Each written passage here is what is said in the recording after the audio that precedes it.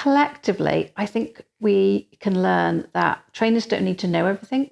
Engagement, good facilitation, and decent resources will get your learners further than lots of content. So create a learning environment and step back. And I think the other thing that needs to change is learners need the skills to learn so they become part of the solution. I think one of the main things I learned from it was that if you really love your goal and your concept, stick to that, believe in it, and go for it. Don't let anyone else influence it. Don't be distracted by desperation or clouded by other people's opinion. Have you got a good feeling about this, or is there a nagging doubt? You don't get stuck in your big idea. It might be a treasured instructional design methodology. It might be your ideas about leading and managing a team.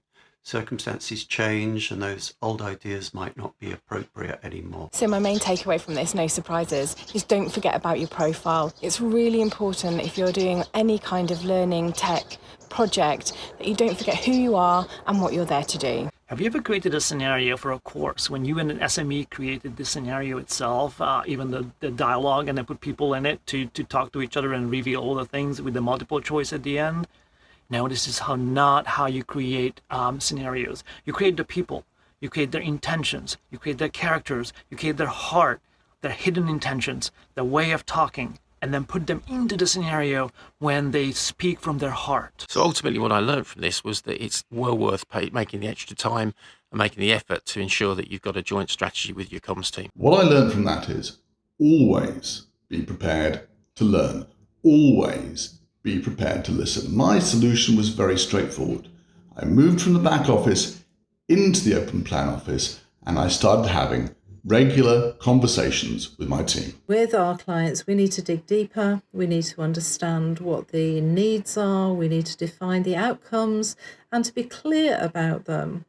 We need to ask people, we need to survey, we need to work with them to find out what they really need rather than what they think they want. Stick to users, solve their problems.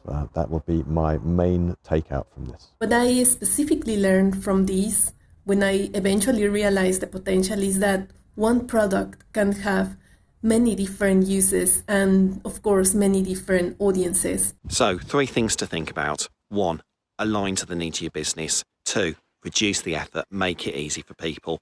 3, know your audience, find out what's going to work for them, what's going to be a priority, what they need in their day-to-day role to make that content worthwhile for them. Business is constantly changing and you've just got to enjoy the fight, and that's what I realised at that moment. Don't be afraid to go out to your network and just ask for help and advice. Most people are happy to help. The moral of the story is trust the learning designer.